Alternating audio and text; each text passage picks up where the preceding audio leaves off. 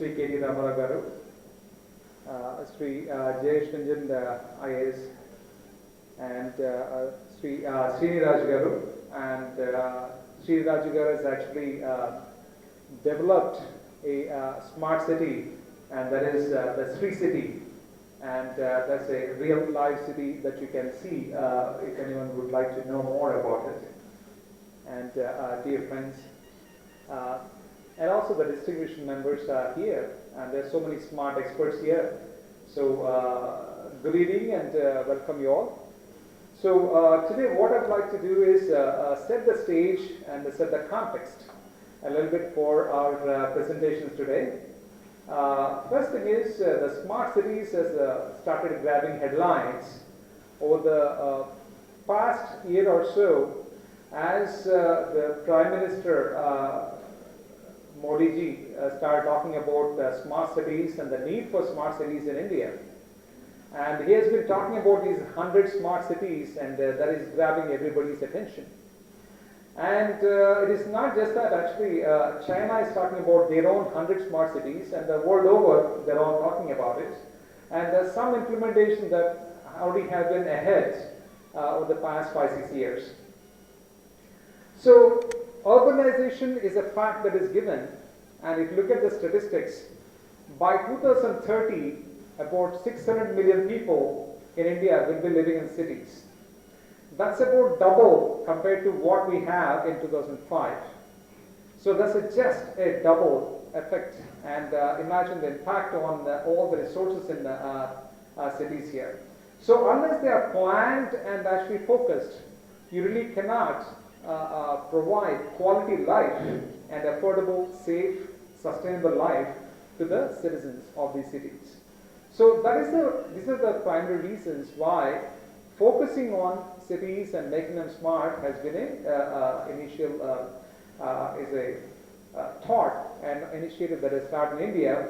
And now actually the state governments are also thinking about smart cities, and several initiatives are going on, and we are hoping would actually consider, and smart city services need to be provided even in existing cities.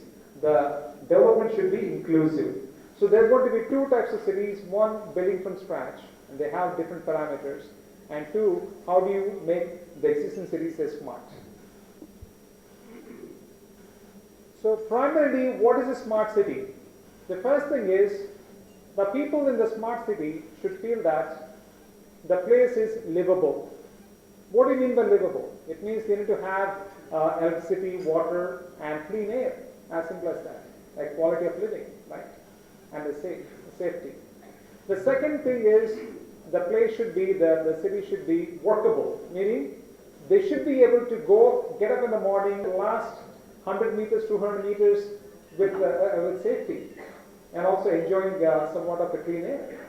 So these are all aspects that affect the productivity of the people in the city. So what does it take to make the people more productive, right? And the third part is sustainability. As we are developing and getting more urbanized, we cannot be removing gardens and cutting down the trees and affecting the ecosystem around us. So we need to be sustainable. Okay?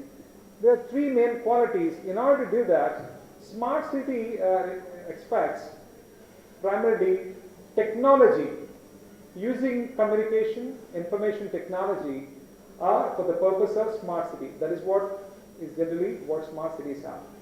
So in this case, in the earlier case, when we're looking at the Cisco's Internet of Everything, where they had Wi-Fi and everything in a place like Barcelona, now in a place like Hyderabad, we also have communication.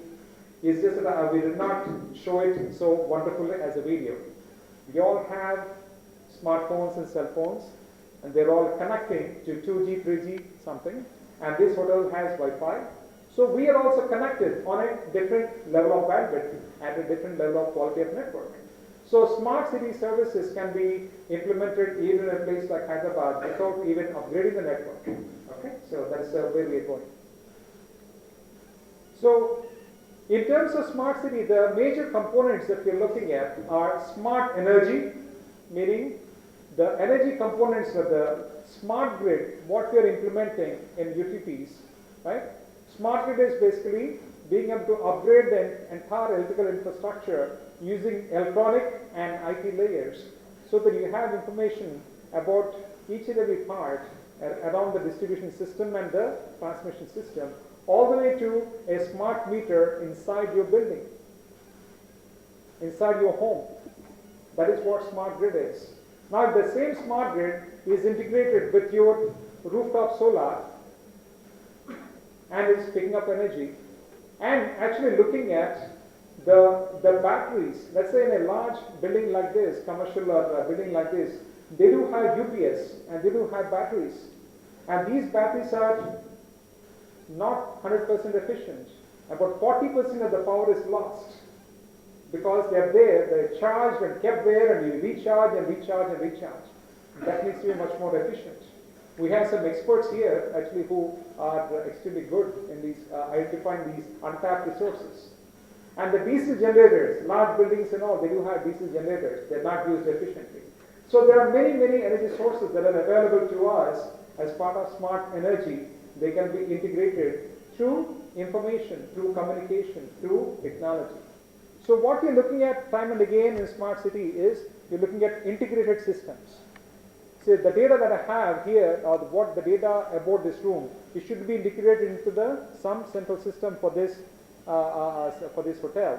That information should be, relevant information should be available to the electricity department, utility. Like this, that integration of information, connectivity is what smart city is about.